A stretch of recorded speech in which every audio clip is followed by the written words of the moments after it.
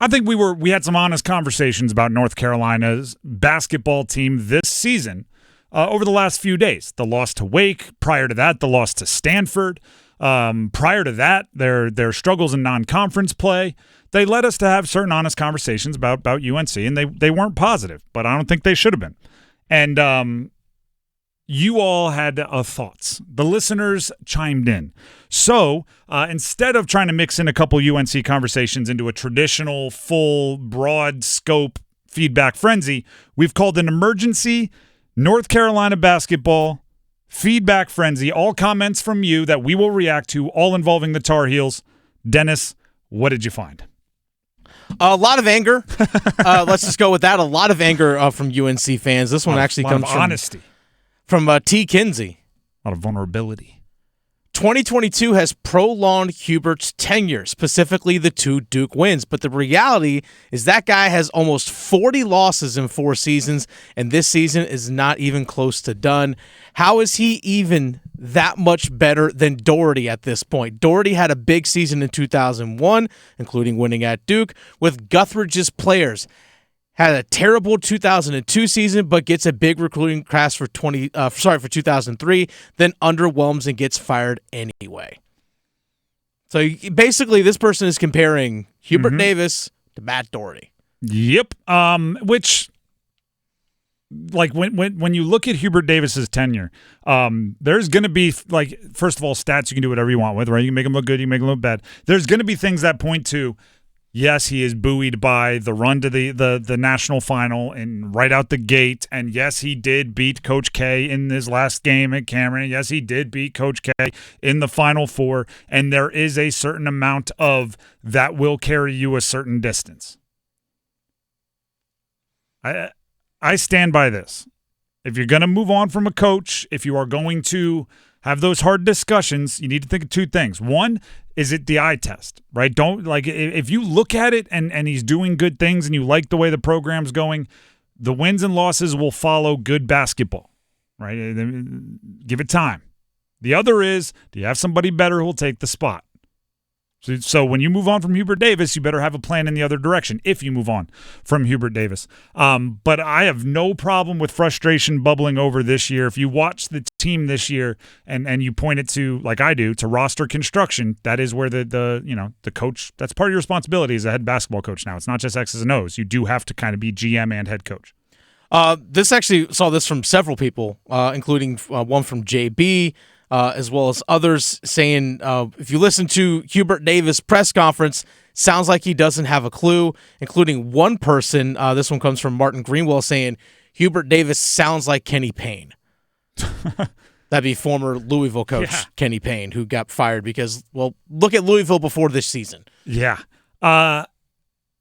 This one's tough, right? Because I like to say, and it's often a joke, but sometimes I'm 100% serious, that we should start a business, and the business would just be like pre-podium planning, right? Called Triple P, with the idea that anytime a coach or athlete goes to the podium for a press conference, they call us 15 minutes before. We Zoom. We tell them what's going to be asked and how they should answer it to not come across putting their foot in their mouth. The reason why I say it's often a joke is because if things are going poorly, there's not much you can say that the fan base is going to love it. Right, right after things start going poorly, you can do the Tim Tebow. This will never happen again, and I will work harder than anyone's ever worked to make sure that losses like this never happen again. You can do that once. Then if you lose again, what do you want them to say? You want them to go up there and throw people under the bus? You want them to be angry? So it is a tough place to be. I don't know what he would say at this point where it's like, yeah, we lost to Stanford, we lost to Wake, we didn't get it done in the non-conference schedule, but I know exactly how to fix it. Is that what you want him to say? Because I wouldn't, because that would mean he knew how to fix it all along and he hasn't done it yet. Sometimes you just go up there and kill time. I'm not defending him, but I am saying if you have a script for what Hubert Davis should have said after that Wake Forest game that would have gotten the fan base off his back, send it to me. I want that script because it'd probably win a Pulitzer.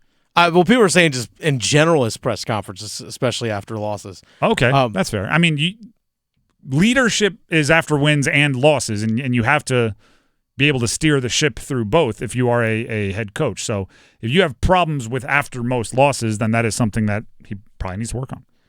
This is actually interesting when you get other fan bases that chime in on these things. This one comes from Go Deeks 358, which makes perfect sense.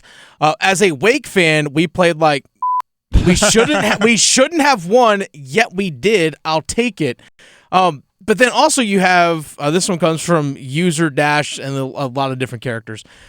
As a Duke fan, this was an amazing, just talking about us, like amazing seeing the current state of UNC. Hope they improve so the ACC can get back to business.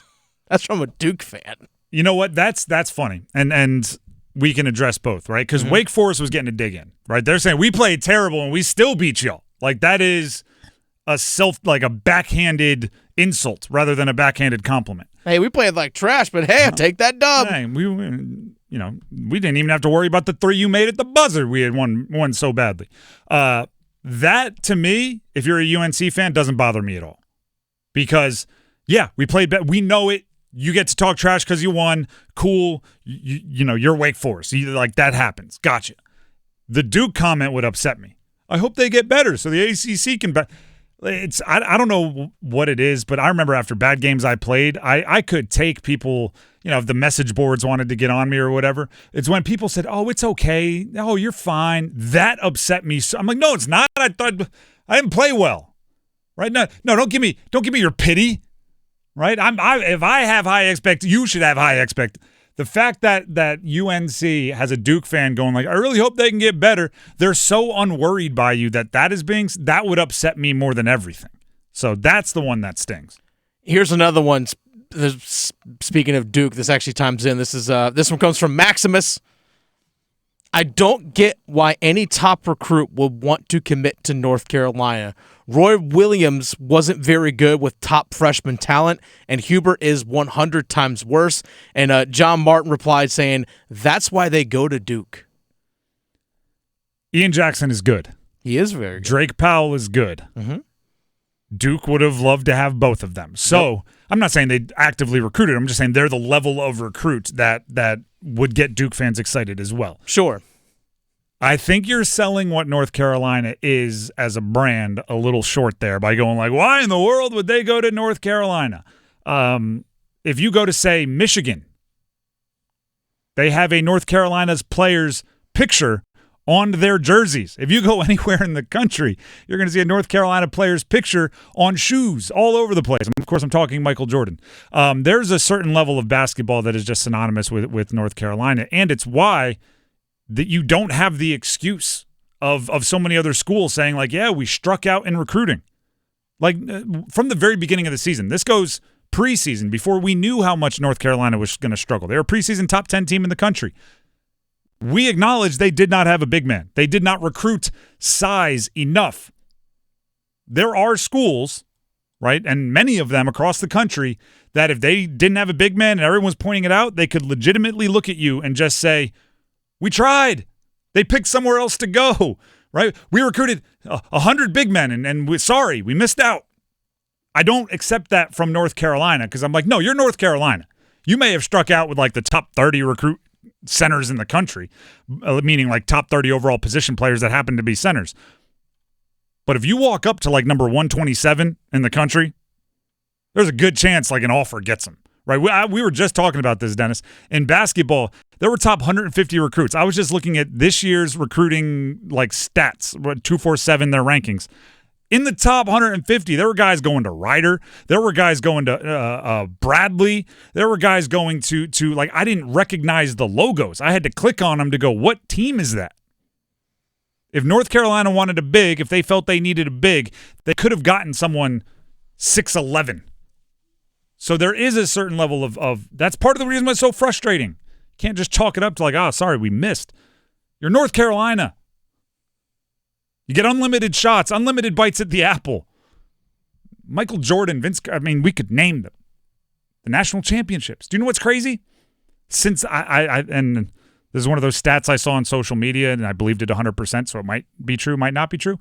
Since the last time Kentucky went to the Final Four, UNC's been to 3. Like within the last 10 years, they've still had success. It's just not happening right now. Since 2021, they have more NCAA tournament wins than Kentucky. Granted, that's why probably Calipari's not there, but that's a question for another day.